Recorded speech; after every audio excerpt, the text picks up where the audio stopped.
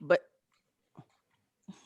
Hey, welcome, Miss Powerhouse Pam Waters of Maryland Coins, where we explore cash opportunities in notary services. And we got two special guests today, Sia Knight, who is the queen of general notary, and Miss Lisa, she's laughing, Miss Lisa Blades, our personal trainer of the training exchange for us to be loan signing agents. So welcome.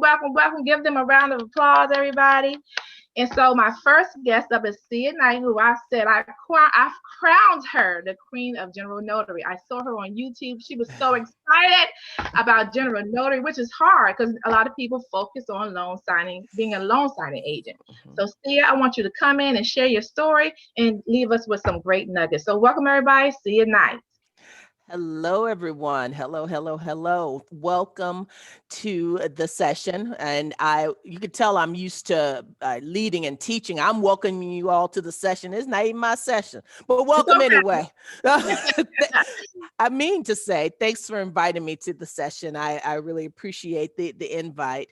My name is Sia Knight, and I have been an educator by trade. So for the last 25 years, I've worked in public schools. I've been a teacher, I've been an assistant principal, I've been a school counselor. So I've done not all the things, but a lot of the things in the school setting.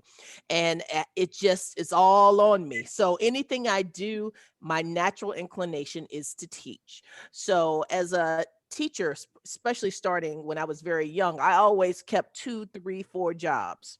And now it's no exception. I've in the most recent years, I used to drive for a DoorDash. I used to do it all, Chad. I was just out and doing all the stuff to make money. And I came across a video that talked about being a loan signing agent. And then I said, oh, okay, I like that. I like making money. So let me try that. So I went through the training. I became a loan signing agent. And as you know, in order to do that, you had to get your notary commission first. So I did that. I got my notary commission. I became a loan signing agent, decided that that side of the house wasn't necessarily for me. So I scaled and I made a turn and became a person who does more specialized work as a general notary person.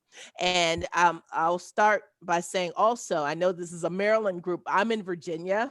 So unfortunately, I know that there's some different restrictions about what you can do in Maryland. But what I want to talk about, and my message is to make sure whatever you decide to do with your commission is that you're knowledgeable, you know what you're talking about, you're professional, and that you continue to study.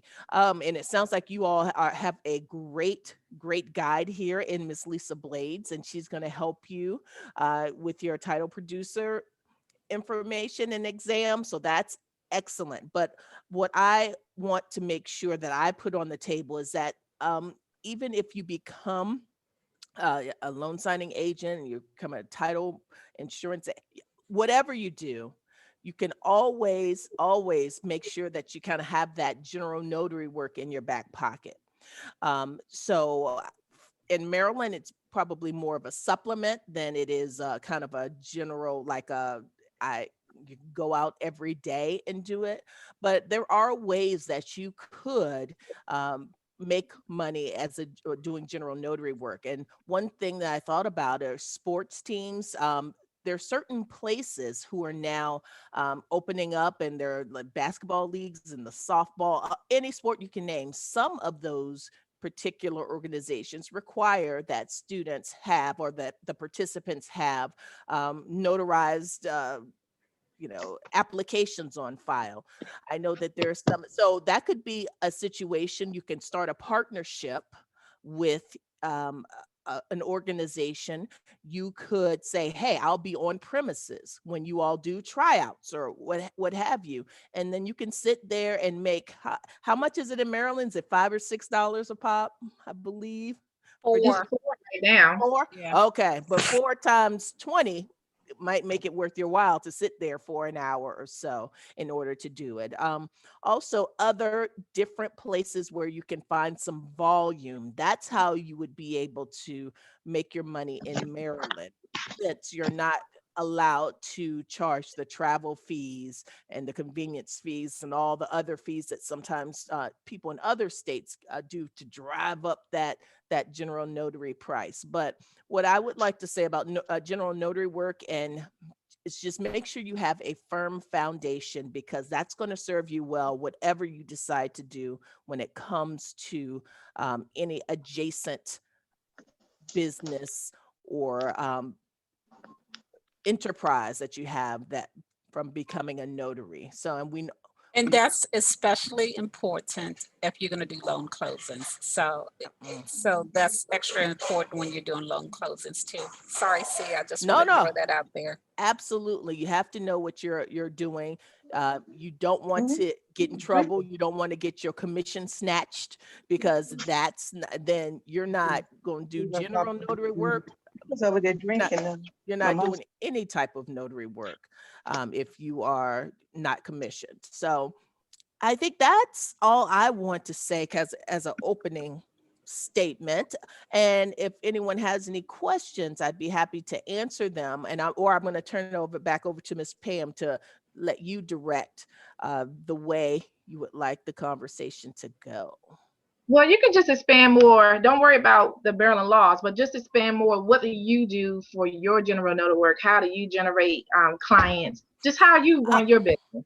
Oh, okay. Well, I can talk all day about Yeah, that. just So talk about here's how you run your business. so so here's what I do. As for general notary work, there are several ways that I generate business. The first thing that I would say, and it doesn't matter what state you're in and what your enterprise is, Google My Business. You have to have a Google My Business account to make sure, because when people need anything, what are they going to do? They're going to Google.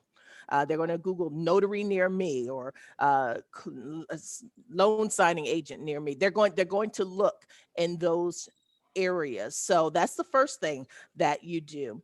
So I get a lot of leads on that. I get leads on a service called Thumbtack, which is it's a paid lead service. So some people like it, some people don't like it. They change their algorithm a little bit. And so the leads can get a little bit more expensive. So just research that and see if that's something that you would like to pursue. So I Yeah, this yes. is Pam. So yesterday was my first time using Thumbtack, and Okay. so when I first researched it, they were saying it was like $3 or $4 a lead. Now yesterday it charged me $8, and I was a little disappointed. But so I was like, God dang it, that's the sorry, I didn't blame it on you. Oh, don't blame it on me. No, I'm I just playing. But it was a little costly for yesterday. So I didn't know that was normal, because when I first got into it, I thought it was only $3 or $4, which I said I can afford that. But $8 for Maryland, to me, yeah, I'm not and sure. so that becomes tricky. So I don't know how to kind of steer you guys with Maryland with your rules and laws. So for me, even if it's like $6 for me to get the lead, I charge at least $40 per notarization when I do general notary work. So for me to raise my garage door in Northern Virginia and have to fight the traffic and get on the Beltway or what have you, it's $40. So it's $5. We have $5 per notarial act in Virginia, and for me, it's $35 as a travel fee. So to me, that kind of you have to have your pricing structured so that it would kind of Benefits. yeah. Benefit us. So Lisa, can I bring you in real quick? So as far as fees, how can we do we have to stick with the $4, $5 travel fee and mileage, or is there a creative way that you can expand the money, or we just have to stick with that? Well, what Sia just said is on point. So you can only charge $4 for the notarization. However, if you want to charge a processing fee or convenience fee for traveling, you can do that. And that's how you can get the additional money, especially if it's a notary and not a loan closing. So that's Right. how you can get additional funds for closing. So, okay, I'm going to charge $4, but I'm also going to charge you per hour for the travel time. So that's how you Okay. can That's how you can get $80 or, and you have to be clear to the person who's giving you the job that, okay, I'm going to charge $4 for the notary, but I'm also going to charge you the travel fee. And that's very similar to what I do. So I didn't know it was wide open. Okay, well, it's on and popping in Maryland then, because that's exactly what I do. Some people charge, there are a number of fees that people charge, that I don't know if it's permitted in Maryland. Some people charge like a speed Administrative fee. yeah, administrative fee, but like if I come out within the hour, I charge a little bit more for that. If I am doing it after 6 p.m., I charge more for that. So those are the types of things you have to make sure are lawful in Maryland to do. For me personally, I just have a straightforward formula. I charge the $35 plus $5 for each stamp that I apply. Okay. Just and so it tends to equal out. Some people say, well, what if they're in your neighborhood? And I had to travel to the house. So I'm going, I still kind of I do that. But then if it's a little further out, it just kind of evens out.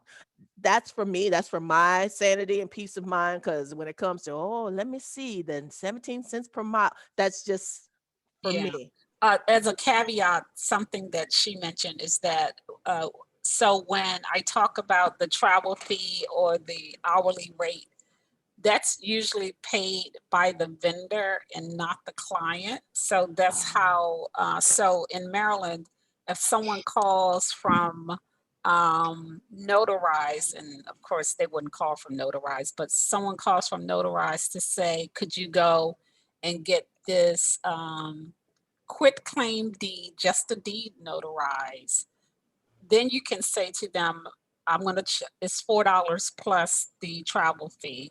But you just have to be a little extra careful. Like she said, if the person is next door, then you have to be careful about charging more than the $4. Mhm. Okay. So, but if you're receiving it from a third party, it is a little Oh, different. okay. I see. Okay. All right.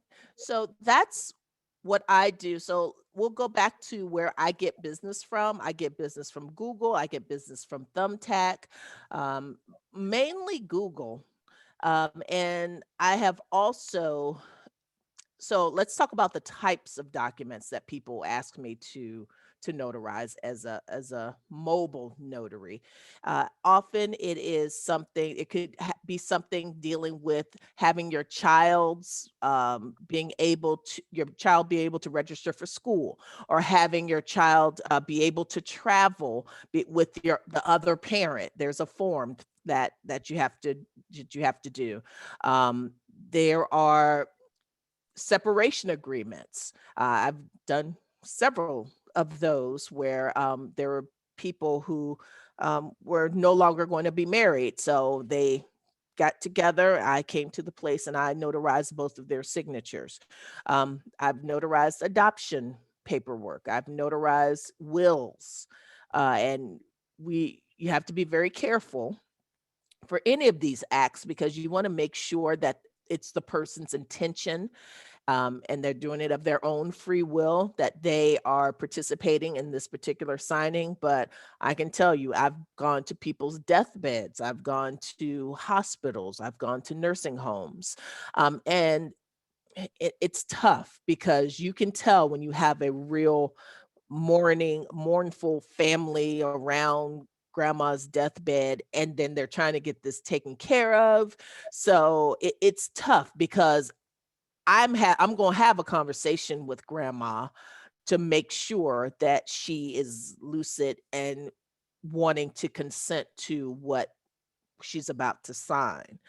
Um, but you have to make sure whatever the assignment is that you're sure that the person's will is that their intention is that they want to sign this paperwork. So I've done those types of things. Nursing homes I mentioned, hospitals, um, And those are primarily the things. I know some people go to jails and they do signings there, tow yards. Sometimes people have their car towed and then they want someone else to be able to pick their car up. So they'll have me notarize something so that the person can take it to the tow yard. So there are lots of different ways that general notary work comes into play, things that you won't even think of until you need it. How many times you think, oh, I need a notary? I'm like, I wish I knew one. You know one now, because if you're in this world, if you're in this place, you Right. know lots of them, but um, everyone's not in this world, in this place. I think it's interesting. So do you have them come to you? Do you go to them? Or you both, or do you prefer Ron because of COVID? So, okay, now let's talk about Ron. Well, first of all, to answer your first question, I go to them. I'm a mobile notary. So I don't have a place or a space or a storefront where they can come to, even though they're like, well, hey, can cut that fee and I'll come to you. I'm like, no, no, that's not. That's the point of mobile. No. Right, right. So I'm like, no, my business model is I'm mobile. I can come to you and we can, or if you're more comfortable, we can meet someplace.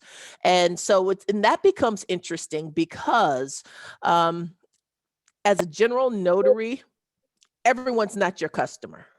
So, but people will often say, well, gosh, well, I can get that done at the bank for free, or I can go to this place, or your UPS will do it for $5.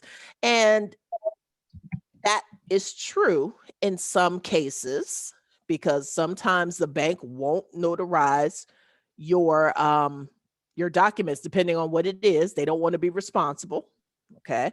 Um, and also sometimes the notary's not on hand. So it there's a lot of what ifs. My customers, a general notary, are people who need the convenience. They're willing to pay the price for convenience. So, if someone calls and says, hey, well, I need the document notarized. How much is it? I said, well, to start off, it starts at $40 plus it's an additional $5 for each stamp. So some people, you can tell they're like, oh, well, thank you very much. Goodbye. And that's fine. Um, but I've had enough business that it hasn't been like, oh, my prices are too high. No, I've had people tip me. I've had people who are like, the cost was $40, $45. They gave me 100. They're like, we just really appreciate it. Thank you. I'm like, okay. Well, thank you very much. Goodbye. So that's the mobile notary part of it. Now, you mentioned Ron, which is remote online notarization. That's actually what I do more than going out and notarizing documents nowadays. And I don't know how much you all have talked about Ron, so I'll go through a little bit about what it is. But in Virginia, you have to have an electronic notary certificate. And I believe it's the same in Maryland as well. But Yeah. at different companies, you have two different types of Ron work. You could have the companies that will feed you calls, you sit online and you take calls, and then they will come to you. And then you have companies that you pay to use their platform. And then you can bring your own business there. So I could advertise and I say, hey, I'm an electronic notary. I can notarize your document. Um, and here it is. So in Virginia, we can charge $25. So, and if the platform charges me $10, I'm going to charge at least probably like $40 again, for someone. And someone says, hey, I have something I need it notarized right now. I'll say, okay, so you can send it to me. Here's the link for the platform. We both meet on the platform. I know I do their identity. I take a look at I do their identity validation.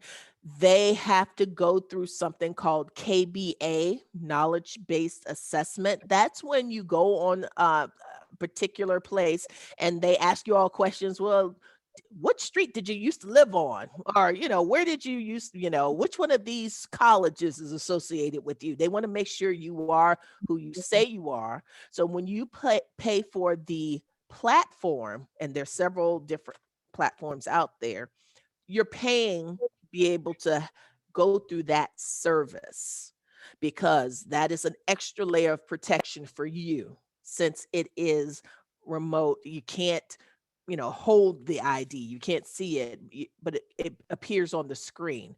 So Mhm.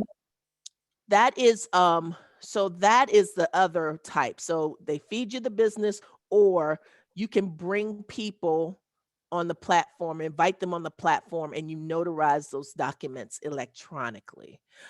I like them giving me the business. And there's a company that's not, again, I hate to say it's not available in Maryland yet, Notarize, that I use quite a bit, but there are others that you can use and notarize.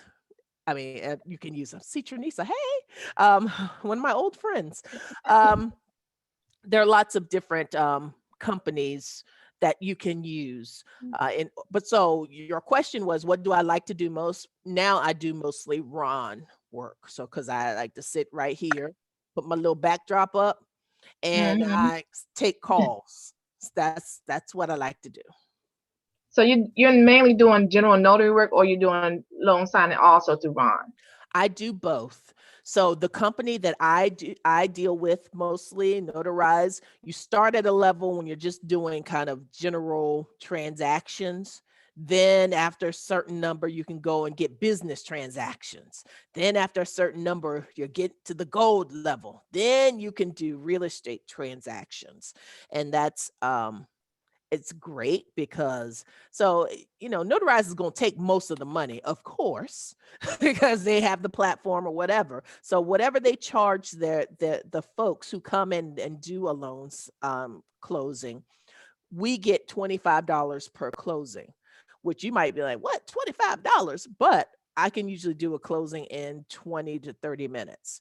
And then I can click and get another one and click and get another one. So I've done 3 within an hour before. So that's And I think that's what people miss, is that are you making $25 in 20 minutes or whatever? So the money adds up. Don't look at how small you think the money is, but that money adds up. Because if you do 25 a couple times within an hour, you probably made more than you would have done at your normal job. and you're sitting down at home, gas prices are going up. Right. And one reason why I got away from loan closing is that is the amount of time to spend in the people's homes. I wanted to cut down on that, especially during COVID. Now, thankfully, COVID seems to be maybe winding down. So that's less of a maybe less of a concern. But yes, absolutely. That money adds up.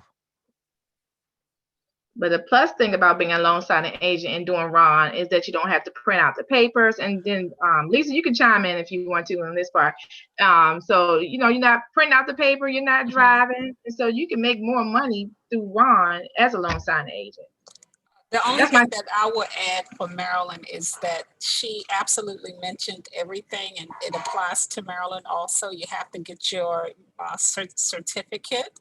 In Maryland, you have to take an online exam. It's administered by the Secretary of State for Maryland. It is free. So if anyone asks whether or not, ask you to pay for training related to it, it's free. It's offered by the Secretary of State. It's really simple. And even after that, when you sign up with the platform, they usually provide training too. Mhm. So don't ever pay for any training related to remote online notarization. You can get it through the Secretary of State. You actually have to, before you get your certificate, you have to take the online training. You have to pass a course. You have to fill out the paperwork advising the Secretary of State that you're going to be conducting online notarizations. And you have to advise them of the platform that you're going to use. And they do have a list of companies that you can choose from to do your online notarizations. And Maryland's application is free. And that's wonderful because in Virginia it costs $45. So there you go, Maryland. Y'all got that one on us. So I want everybody to unmute because this we're very interactive in this group, and I see a lot of you, or all of y'all, pretty much on mute. And so we feed off of your energy. And then the person you just heard was Lisa, who is the author of the Training Exchange, which is the TIPIC course that most of us are taking, so we can be loan signing agents in the future. And so if you're on here, I'm just asking you to unmute, start asking questions, and be very interactive. So Lisa, we're going to switch over to you and TIPIC, and so you can share us your experience and your knowledge. Okay. FCA is done, and thanks for all of the information. You probably said exactly everything that I would have said if I had to talk about online notarizations. So starting out as a settlement agent, of course, you guys are all taking the first step, which is just taking the pre-licensing course. I'm going to jump back to what Sia said earlier. She mentioned about making sure that a party has the mental capacity to sign documents. So when you received the pre-licensing course, there was some complimentary training, notary training, that was a part of it. And the reason it's complimentary is because it's everything that the state offers for free. So I don't charge people for it. I just want to make sure that they have the information. So a lot of people, when they get the notary handbook, they don't look at it. They think it's just simply signing their name and stamping the document. But if you are going to be a loan closing agent, you absolutely need to read the notary information, which is basically the handbook, because it talks about the mental capacity of a person. It talks about taking an oath, what to say, what not to say, where to sign, what is permitted, when to walk away. So it may seem like something really simple, but if you're going to be signing an entire loan closing package, you definitely want to read that information. I actually get calls from students who passed the exam, they have their license, they're looking over a loan package for the first time, and they may call and say, okay, who should sign this? Am I supposed to notarize this? There isn't a notary on this document, but do you think I should add a notary certification? So make sure you read the notary handbook and understand what the lender's instructions are. So I just wanted to say that piece before moving on to title insurance pre-licensing.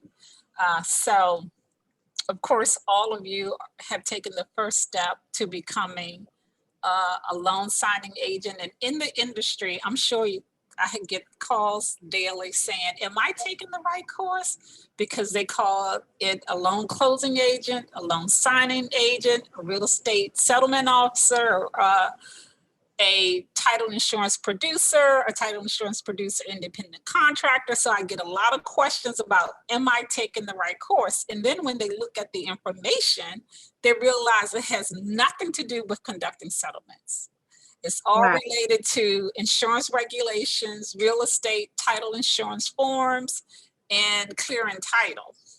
So it really doesn't have anything to do with conducting settlements. So what the commissioner is concerned about is just making sure people have the knowledge and the legal understanding of why it's important to have integrity, to be fair when conducting closings. And then I get the question of, why do I need an insurance license? So one of the reasons that you need an insurance license is because with almost every real estate closing or loan signing, there is the sale of title insurance. And simply because, unless it's a cash deal, there may not be any title insurance. And in some cases, they still purchase title insurance. But the reason that you need an insurance license is simply because if the title insurance appears on the loan closing document or anywhere within the documents, you are considered to be selling, negotiating, or transacting insurance business. Now, it varies from state to state as to what is required, but if you are the only person in the room, the only person on a call, and that transaction involves the sale of title insurance, then you have to be licensed as a title insurance producer. Now, there may become a time when you may just need to have a deed executed and there is no loan closing documents. Then that's okay. You could do that as a notary. But if you're the only person in the room and you're giving the documents to someone, even if you don't say anything, which you're not supposed to do as a notary, you're supposed to at least tell someone where to sign. You are supposed to, if it's a loan package, you should be licensed as a title insurance producer. And I have had, within the last year, I think there are a lot of companies who transact business and they're not located in Maryland. So you have a lot of companies who may be on the East Coast. There are quite a few loan closing companies, and they have to find talent in Maryland to conduct settlements. And a lot of them are not aware of the fact that title insurance, if you're closing a loan, you have to be licensed in Maryland. So over the last year, I think that they're learning the law. So I've had quite a few calls from people saying that I've been doing this for 5 years, and all of a sudden they've told me that I have to get a license. So, and then the national, I don't know if you guys are familiar with the National Notary Association. A lot of people take classes with them, and then they tell them afterwards, well, you're a certified notary, but you're not licensed to do business. So I do get a lot of students who may go to the National Notary Association and then realize that they still need to be licensed as a title insurance producer. So with respect to getting business as a loan closing agent, what I have recommended to students is once you get licensed, once you get your credentials, you won't need a surety and fidelity bond when you apply for your license. When you submit your application, you're going to submit, if you're going to be an independent contractor, you're going to submit a form called a waiver, an affidavit of title insurance producer. And basically what it is a request to waive the bonding requirements. You do have to get E&O insurance, which is relatively cheap. Do you have Sia? Can you talk about E&O insurance and cost? Because I usually tell people it's usually less than about $150 a year. It is. So in Virginia, it just depends on how much you get. Like the minimum would be like $25,000. And then it is less than $100 to get that, to obtain that.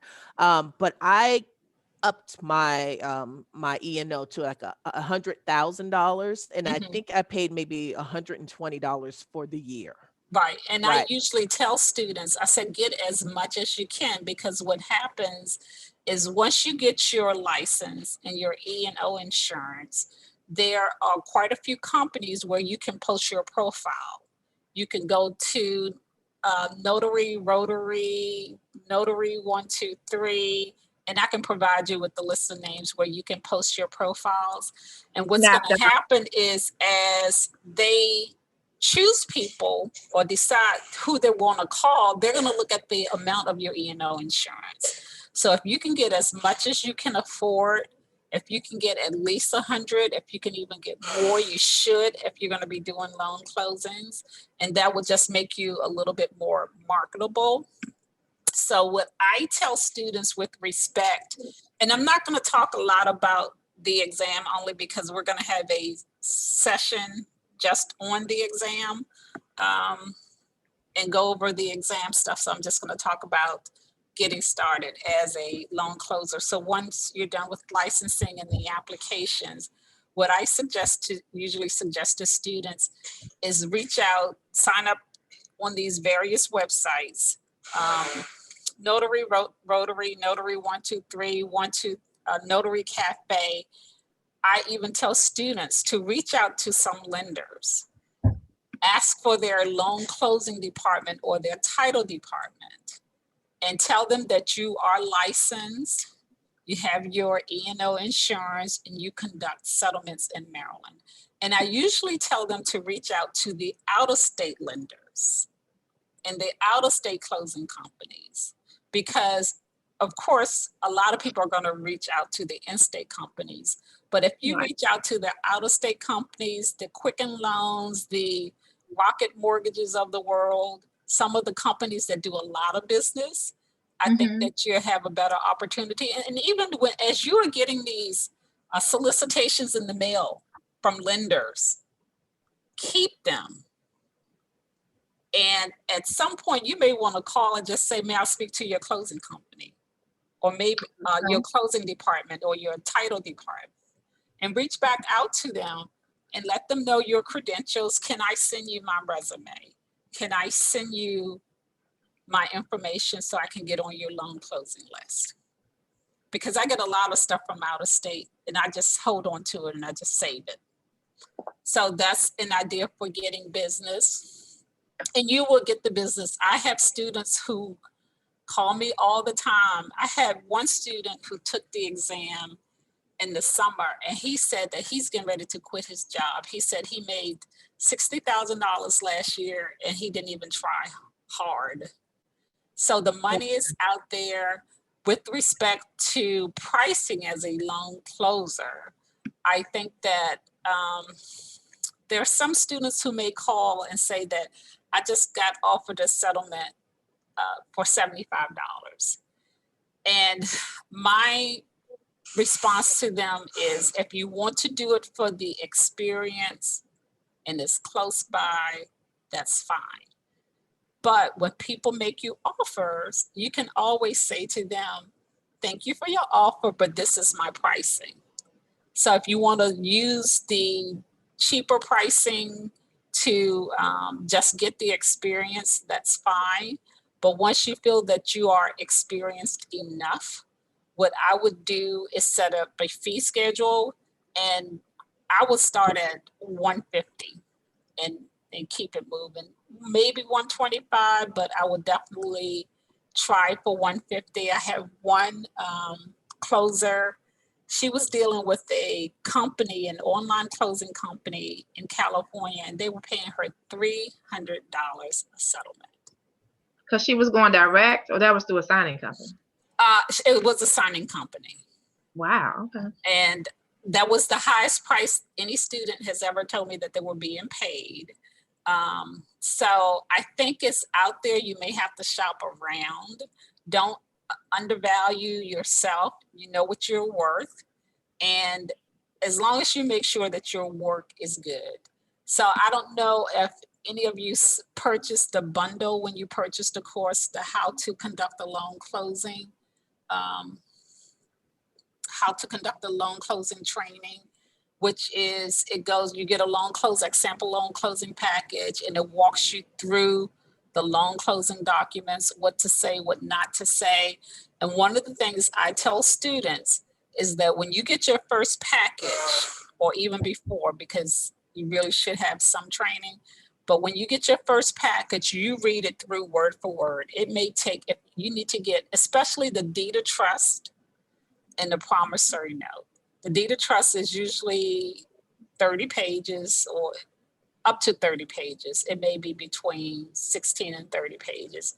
And the promissory note. And once you get those two documents, main documents down, you would feel like an expert. If you want to become an expert quickly, just read through those two documents a couple of times, because when you sit, if you want someone to think that you know what you're talking about, if you can have a 30-page document and you can go through that document quickly and point out the most important clauses, then you are an expert. So you have to just make sure to start, you just pay special attention and just read as much as you can, and you will be fine. You can create your own style. I make suggestions as to which documents you can start with, but you can create your own structure and start the way you want to with respect to conducting the closing. But I think that the key points is to just reach out and make sure you sign up. You will get the business. You're not gonna, I don't think there is anyone who has told me that they got their license and they weren't able to do any closings. No one has ever told me that, unless they just didn't do the work. Lisa, do you know any signing companies that are friendlier to new loan signing agents? Because that's one of the things I've heard, that a lot of the signing companies want experienced loan signing agents. So do you know of any that are friendly to new LSA?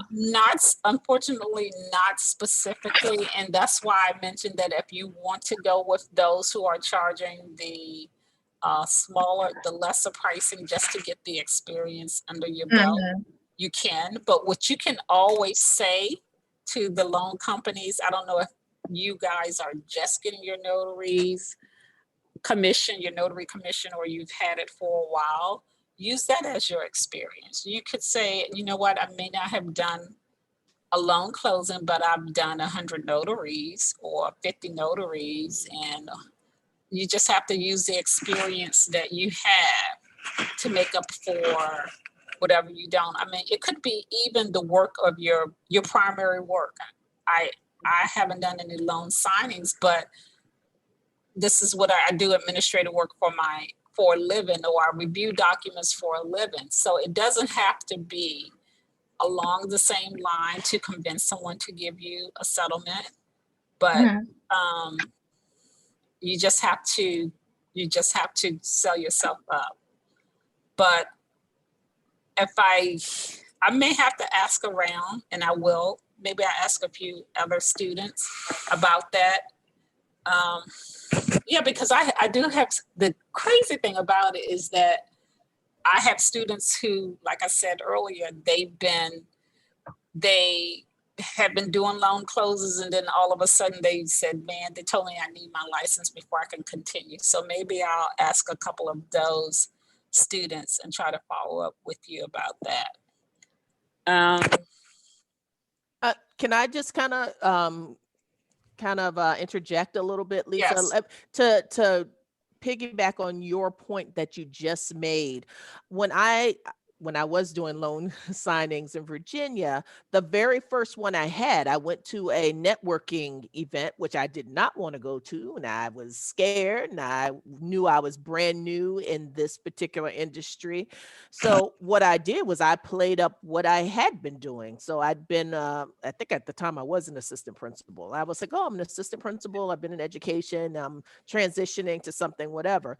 And the attorney who I spoke with, he liked that particular thing. So he heard something in that, because he thought that since I worked in schools, I was reliable or what have you. So just make sure that whatever your background is, if you can kind of tie it to where you want to go, that can be a way that you can kind of leverage your experience, because all of you have experience in doing something. Just kind of finding the way to kind of market that.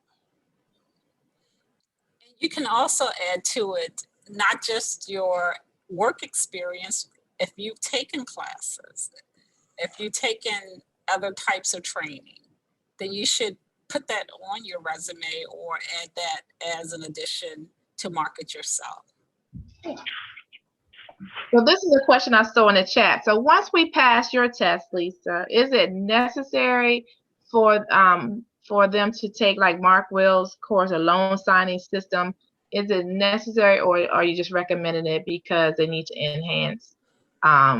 No, I recommend that you take my How to Conduct a Loan Closing class. Okay, that's even better. And if you didn't purchase it at the time that you purchased the course, it was offered as a bundle, which means that it usually costs $69.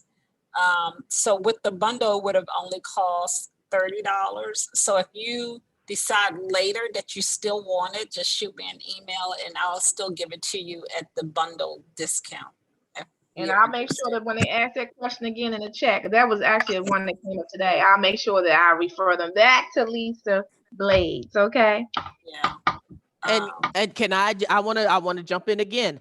I took the Mark Wills course, and if I had Lisa, and I can just tell by the way that she has been presented to us today. I'm like, you'll get everything you need, or you'll get what you need from her. Again, this is just an unsolicited testimonial, because the Mark, his class is yeah. Go with Lisa. I see you. Yeah, and I'm just gonna. I didn't really give a proper introduction. So I started out in title in 1999 as a title attorney, and my husband and I opened the title company in 2004. So we owned the title company for about 4 years until 2008, when the real estate market imploded. But I started doing the training.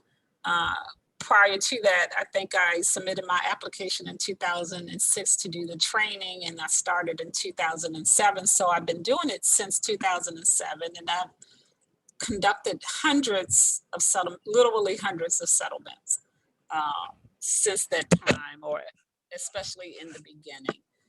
So I know settlements, and I know that I can give you the direction you need with respect to conducting settlements. So that's my background. So I'm not just saying it because for the heck of it. Can I ask a question? Can you hear me okay? Yes. Yes.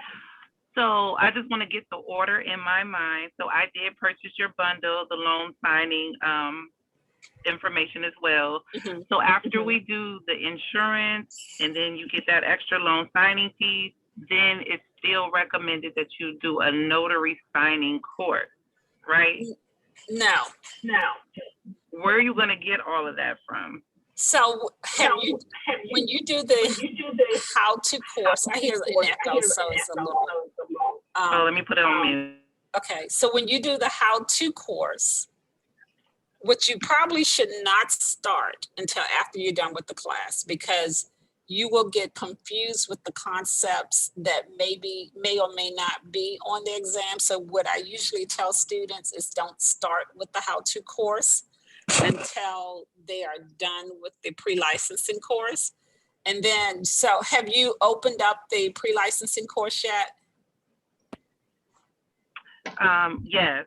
Okay. Yes, So but I'm just hearing like notary to notary, like you would still need an in-depth training and videos and some other things to learn how to do signing. Well, if you feel you do, then you can, but you're not talking about the complimentary notary training. You're talking about the how to conduct the closing with the loan closing package, and it walks you through each document with the scripts and all of that, correct?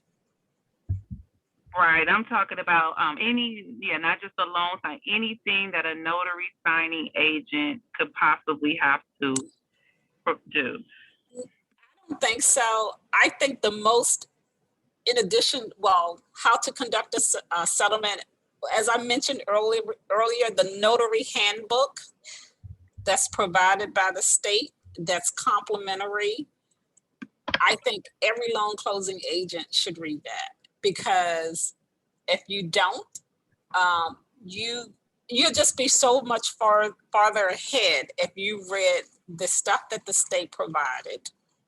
And just go through the loan documents, go through what to say. There's a script, what not to say. If you feel that you need more training, I'm not going to say that you don't need it. If you feel you need more training, you may need more training, but I don't think it's required. And a lot of times I have a lot of real estate professionals, real estate agents, loan officers, real estate agents and loan officers. They always ask me about the how-to course, whether or not they should purchase it. I usually tell them no. I usually say you don't need to purchase the how-to course, because if you've been to enough real estate closings and as a loan officer, you probably know enough about how to conduct a settlement where you don't need the course. But if you haven't, then I think it's a good place to start, and it's not $500. So Lisa, what I'm going to do is share your screen right now, because I'm not sure if everybody here is in your training course. So can y'all see this? Mhm. Okay. So this is Lisa's website to her, the training exchange. And this is where you were talking about, Lisa, the how to conduct a Yes. closing. Okay. So And yes, and actually for your group, if you guys want to have that course live, I'm willing to do that too. So we can talk about that too. okay, no problem. Damon said yes. So if you already have this, but you don't have the bundle, just go back to her her website. I'm gonna put it in the chat if you're not part of the group already, so that you can purchase her course. And actually, can you just put my email address, lblades@thetrainingexchange, in the chat, because they will receive special pricing and I will have to send them a link for it. lblades at the training exchange. Yeah. Okay, it's in there. Bam. All right, sorry to interrupt you. You can continue, Miss Lisa. Well, I want to say thank you to Lisa, because someone called me out the blue. They wanted me to do a quick claim deed, and I actually went to Facebook trying to give it away, because I thought because I wasn't a loan signing agent, I couldn't do it. But luckily, Lisa had been so kind to us. I called Lisa and asked her, you know, was this possible? And she said yes. So thank you, Lisa. I made $85 a day from a quick claim deed and one piece of paper. So I want to say she's very approachable and supportive, and she has a wealth of knowledge. So yeah, I just want to say thank you publicly. That's all. Yeah, if someone asks you to do a deed, although it's a real estate document, it's not a loan closing. It doesn't involve the sale of title insurance. It was one document, so you don't have to be licensed. So let's unmute. We got a lot of questions for Sia and Miss Lisa, because I do want to respect their time. We always have an after party, but it's like 1 minute to 5. So, so I want to get the questions in while we still have them. Quarantine, hey lady, haven't seen you in a long time. Carlin, now Carlin had her first general notary assignment the other day. So Carlin, you can come in and give us your experience. I don't know if you have any questions for the two ladies that's here. And Kasha, she's new. So I want y'all to all unmute. We're going to have fun time now. We're going to have questions and interactions and la and fun time. Carlin? Hello. Yes, I did do my first notary, general notary on last week. I was a little nervous about doing it because, of course, that was my first time doing any general notary work. So it was a MSDE form. I don't know if you all are familiar with that form. It's a form that daycare providers have to get notarized every year. So someone contacted me about getting that form notarized. So I had to put in the little group, how do I notarize this form? I don't know anything about notarizing this form. So they walked me through it and everything, but I got it done. So. And I know I mentioned this a couple of times. The notary handbook for the state would have helped you with that also. And I only know that because I notarized the same form for my neighbor across the street. But so make sure you guys look at the notary handbook that I sent to you that was complimentary, or go to the Secretary of State's website and look at their information. Okay. And this is a mistake I make all the time when I have to notarize, because I don't do it that often. Read everything first before signing. Sometimes I just go so quickly that I don't read. Just read the certificate or the acknowledgement, and make sure that you're putting your name in the right place or not signing in the wrong place. And I've done it a couple of times. So just read first and you'll be fine. They will start looking all the same pretty soon. Also, you had mentioned about Ron, there's a class for that. I contact the whoever it is you're supposed to contact and fill out the form for that to be a Ron and let them know which vendor you're choosing. So I filled that out and they sent me an email and said I was approved, but they didn't say anything about a class. So where do I go for that? It's on the Secretary of State's website. Okay. And it's not a class, it's a training. So Secretary of State, Maryland, online training. I'm just gonna put in online training.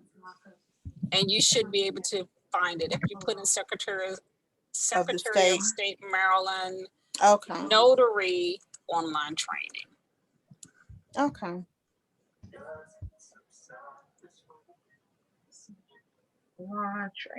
So it's called the Maryland Notary Public Course of Study and Examination. And it's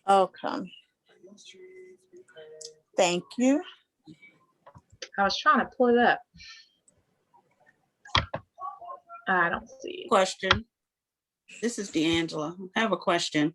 So I could be doing general notary signings as I'm going through the training for the signing agent. I can. Yes, as long as you have your commission. I do. Yes. So how do I get to these different platforms? Is there a list or how do I associate myself? What I can share with Pam the list, but my list is mostly for loan closings. Okay. And not for general notary work. And Sia I think Sia talked about some avenues you can take, but sites like Notary, Rotary, and 123 Notary, that's general notary work. Those sites are not specific to loan closers. Okay. Notary Cafe is another one. Thank you.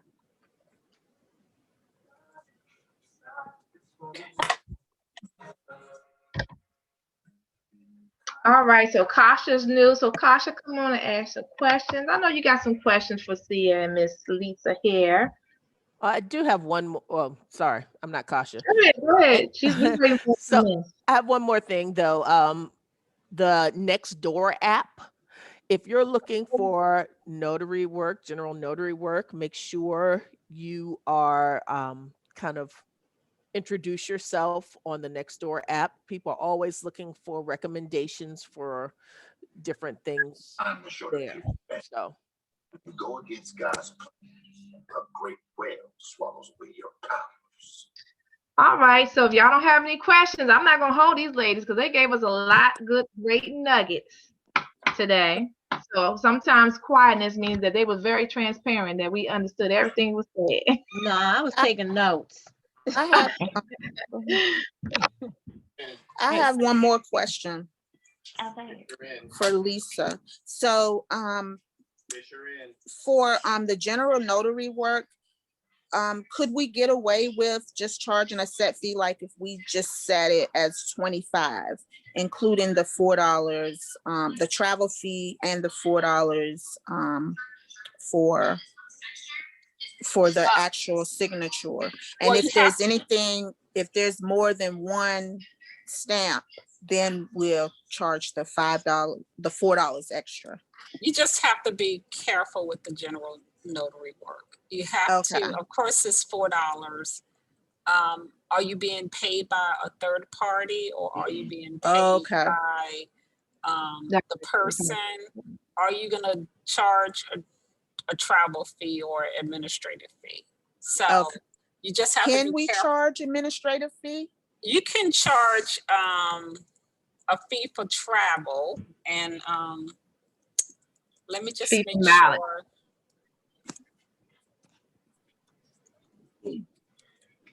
I'm just Googling something real quick. I don't want to give you guys the wrong information.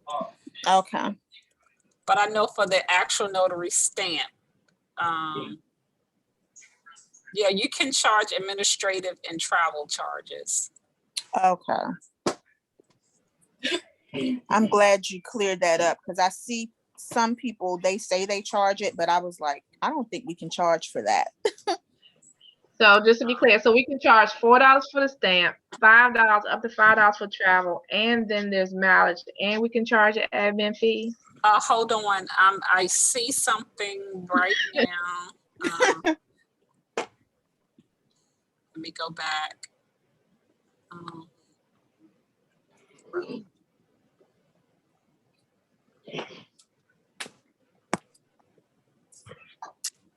So it says that you can charge the prevailing rate for mileage established by, I'm sure if they're talking about the,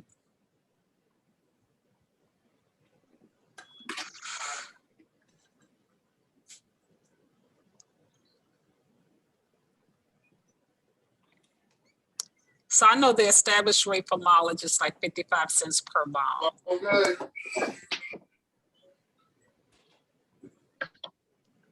They may demand and receive reimbursement at the established rate.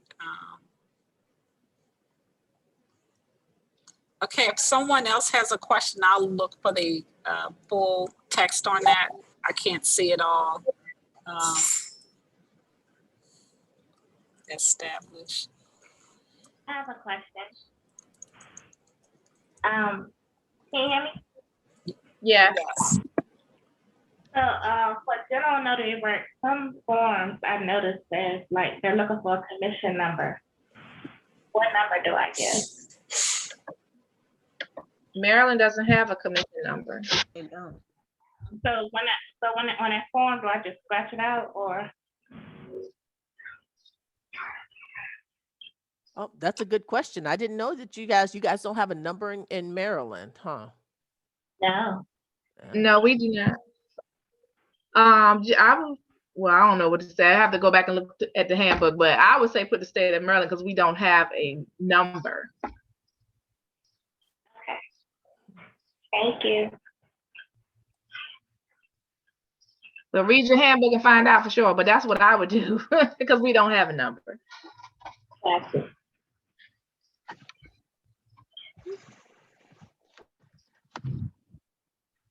Hi, your name is Tier Day. You're new, so welcome to Maryland Coins.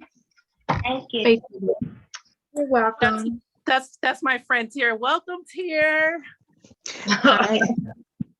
Hi, this is Jackie. Can you hear? Hi, Yes, Jackie.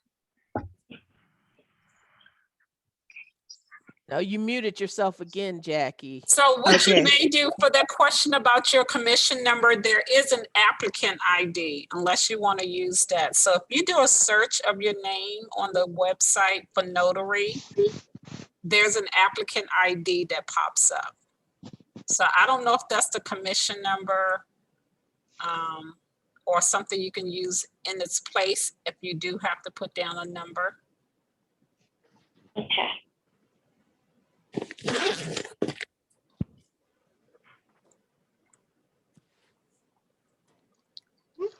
Jackie, did you have a question or you just want to say hello to everyone? Yes, I had a question. Can you hear me okay? Yes, ma'am. Okay, so hi, I'm new as well, and I am transitioning out of a 40-year nursing career because this pandemic has worn me out and going to try my hand at another stream of income.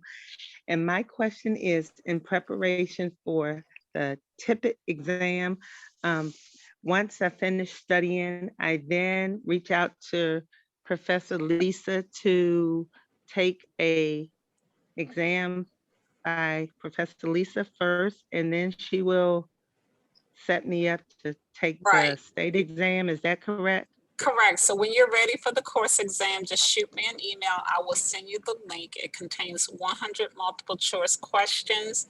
You have to pass with at least a 70%. If you don't pass, you can take it as many times as you need to pass at no additional cost. Once you're done, I will submit your completion to Prometric and give you an eligibility ID number.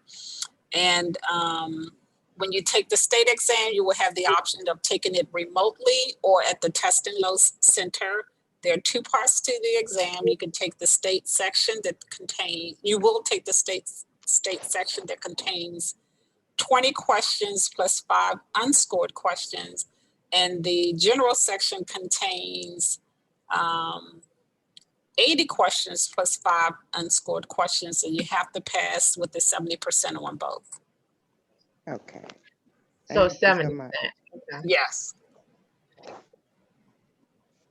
Yeah, because unfortunately, you know, some people were hearing 80%, but I know the email you sent us when you sent us over the course, it says 70%. So It's everybody, 70%.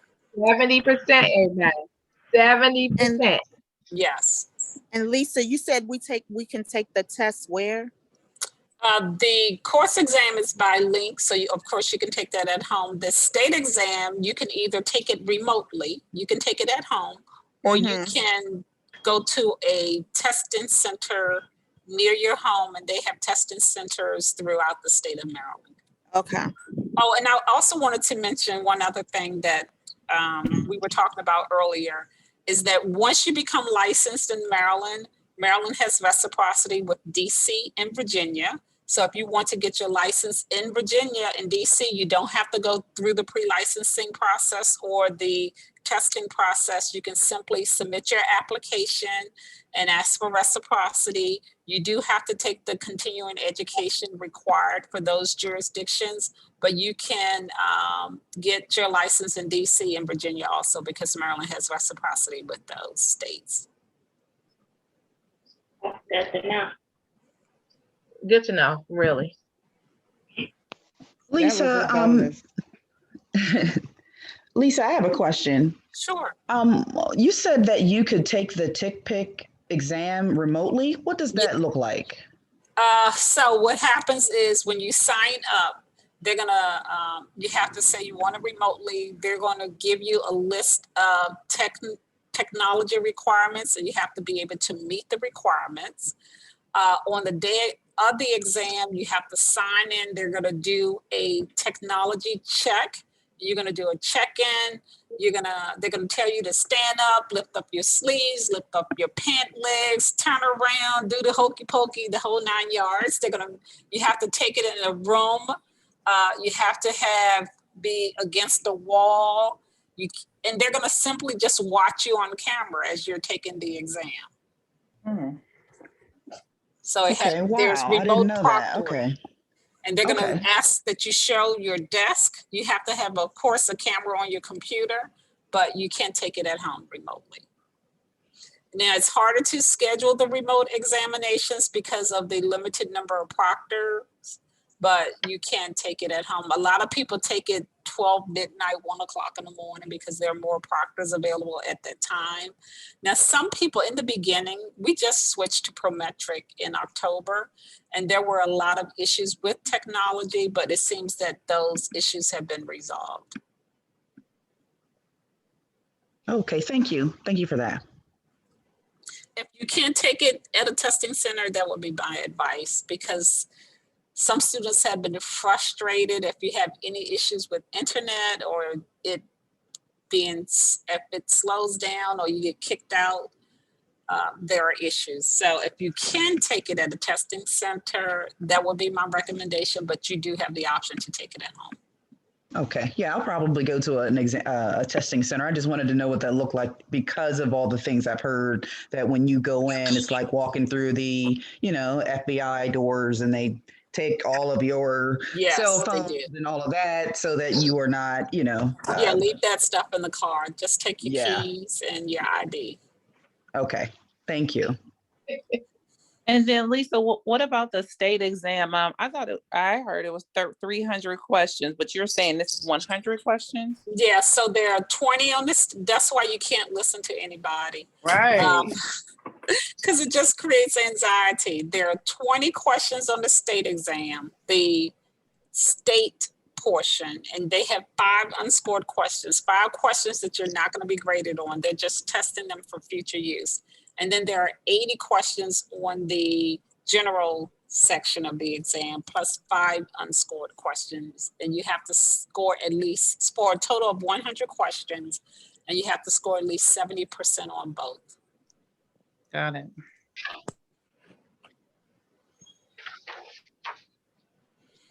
Hi, this is Kasha. I do have a question. As far as our commission number, should we be keeping that private as if it were a social security number? Or is there an actual form that asks for that number that we should be filling in when needed? It's public information, so if someone asks for it, I don't think it's major. You can do a search. I can search your name right now and get your commission number or your applicant ID number. So I don't think it's private. Okay, thank you.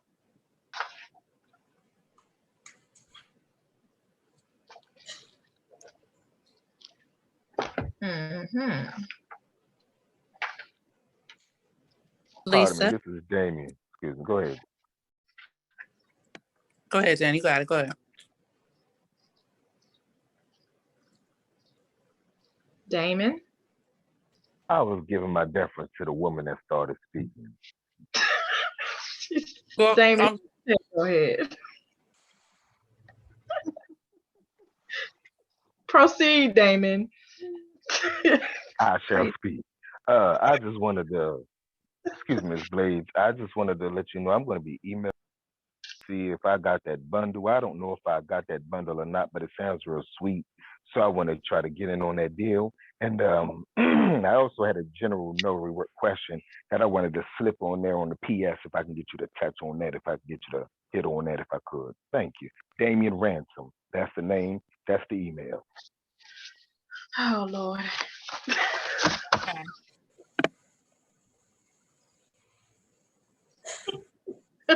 I think we all laughing. Damn, he's so crazy. All right. So who had the question after Damien? I just want. This is Keisha. I was just trying to say, like everybody else, I'm trying to quit my job pronto. So I just am reiterating the steps of taking Lisa's course, making sure we're reading the handbook and having the general notary information down, building up, of course, some clientele. You want to get your name out there. You want to sign up for signing agencies and possibly direct. And realistically, that would look like what, 6 to 8 months of consistent work.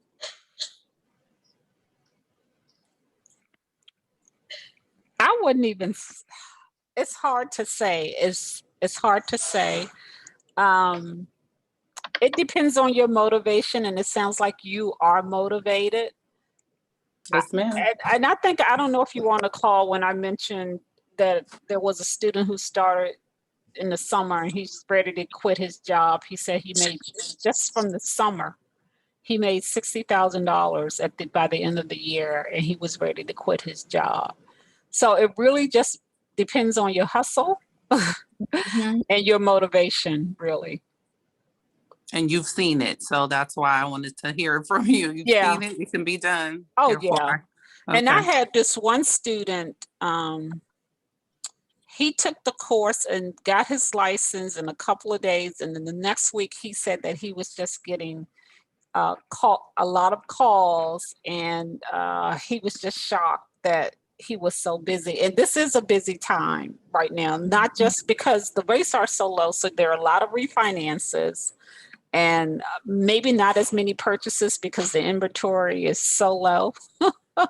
No one can find a house to buy, but with respect to refinances, they are still at an all-time high. I have friends who work for title companies, and actually one of my friends, she's been working for title companies. She'd owned a company for almost 30 years now, and she said that this is the busiest it's been in 30 years. So it's busy. And just when you start out, it seems like you guys have a great group. You guys are studying together. Just if you want to form a network with a few people, you should do that too, so that you can have each other's back. If one person can't take the settlement, then feed it to the next person. So you also have to think about those scenarios too.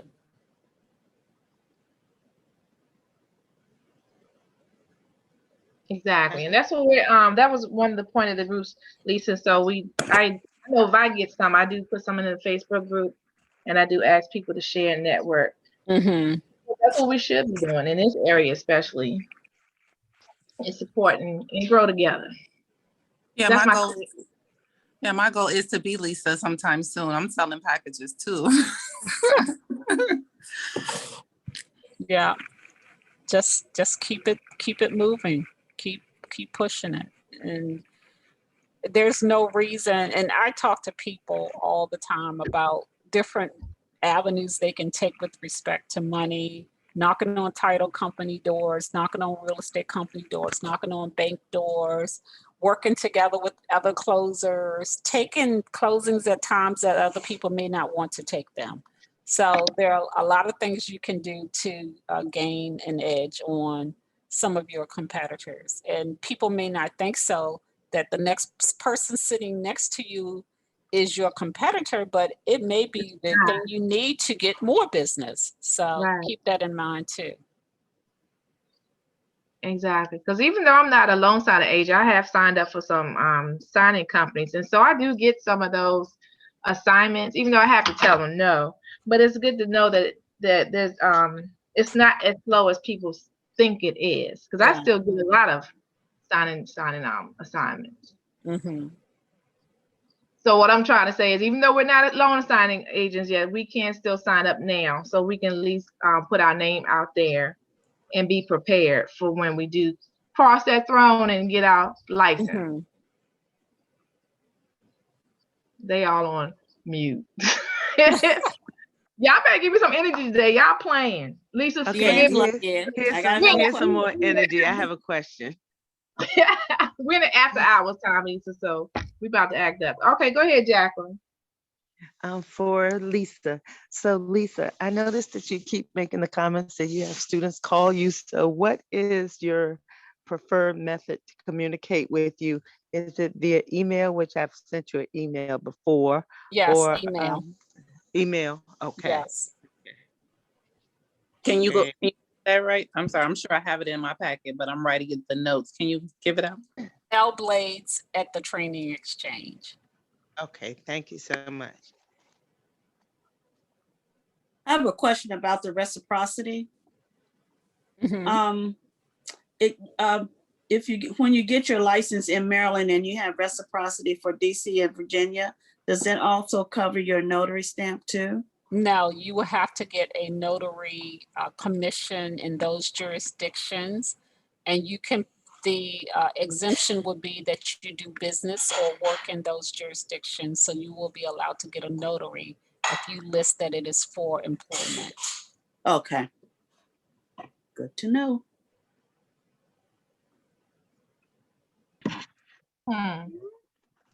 So if we got a commission through our employment, we can do loan signing loan signings under that? I thought we couldn't. Well, that's what I heard. You know, we hear everything in the streets. You cannot do loan signings without being licensed unless there is someone else in the room conducting settlement and you're just notarizing the documents.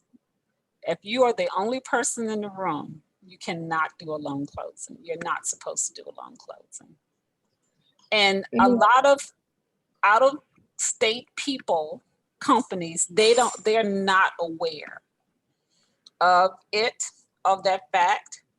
And however, I'm sure you have read, as you're reading your title information, you see that you're responsible for not only the title insurance producer title company.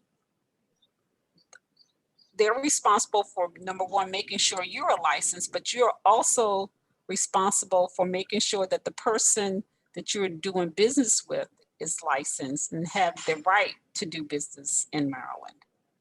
So it goes both ways. So if you're getting a closing package from a closing company, you have to and you can simply ask, are you licensed? Because the other thing is you have to put your loan closing number, your licensing number on if you're doing a deed of trust, it has to go on the deed of trust and it's going to be recorded at the courthouse. So I think that's the reason why a lot of closing companies are now telling people that they have to get their license, because they can't record the deed of trust without the licensing information on the face of the deed of trust. You have to put the settlement agent's name, and the settlement agent's license number. Let me say why I asked that question. I work for a man in DC, so I thought I could get a DC commission and then do loan signings, but then I thought I read somewhere that I couldn't because it wasn't related to the company that I was getting a commission under. So that was my. DC is slightly different than Maryland. Mm-hmm. DC, and I may have to send you the bulletin for DC. Okay. It's very similar to Maryland, but it's a little different. I think in DC, the person who's giving you the closing has to sign an affidavit that you have to maintain, saying that you are not conducting a closing that involves title insurance. It's something to that effect. So they have to sign an affidavit and they have to give it to you for safekeeping. Okay. Yeah, I want to do everything legal, Miss Lisa. So yeah, it won't be long. It won't be long. It really isn't, and it won't be. You'll be licensed soon. Okay. All right, gang, it's 5:30. So do we have any more questions, concerns, some congratulations, some thank yous, anything that happened great in your business this week? Quantane, Hickenbotham, Miss Ma'am, what you been up to? It's been slow this week, so I've been just chilling. No, you should have been not chilling. You could have updated your website. You could have ordered some cars. I mean, yeah, that's what I mean by chilling. Yeah. I'm doing like administrative stuff. I'm not sitting around doing nothing. Oh, okay. I just want to make sure. You know, I'm start calling y'all out. Maisa, this is your first time being here, so I just want you to speak up, ask some questions, give us some great news. What happened with this week? Yes. And before Maisa speaks, I have to get ready to run, but thank you so much for inviting me. Thanks, Sia. Thank you. Thank you so much. Bye. A great one. If you got to do the same, Lisa, I will understand. We just doing round tables now because they. Okay. All right. I'm gonna run. You can discuss the group review, so you guys can get prepared for your test. And also, if you guys are interested, just let me know the number so I can see if it's feasible. If you want to do a live how to conduct a settlement, we can consider that too. We're okay. interested. It's gonna be on May 22nd for those who are in the Maryland, what is it called? Maryland C.O.I.N Facebook study group. We're gonna have this on May 22nd, but we'll I'll get all the information. What's We're happening on May interested. 22nd? Usually I like to do things at 10 or 11 in the morning. But we can talk. We may have some flexibility, so we will talk. Right, because I think you're gonna be out of town. No, I was asking what was happening on May 22nd. Oh, what was happening? The group review for the test. Okay. Yeah. Okay. May 22nd at 10. Gotcha. And I'll confirm it. We just want to say thank you again, Lisa. We really appreciate it. Thank you so much. Thank you. And if you guys have any questions about the course material, and we'll talk about it in detail during the next session. Okay. Thank you, guys. Have a good evening. Thank you. Thank you. Thank you. So, Maisa, what did you do this week? So this week, I will admit, has been a little bit stressful. I am a federal employee, so I've been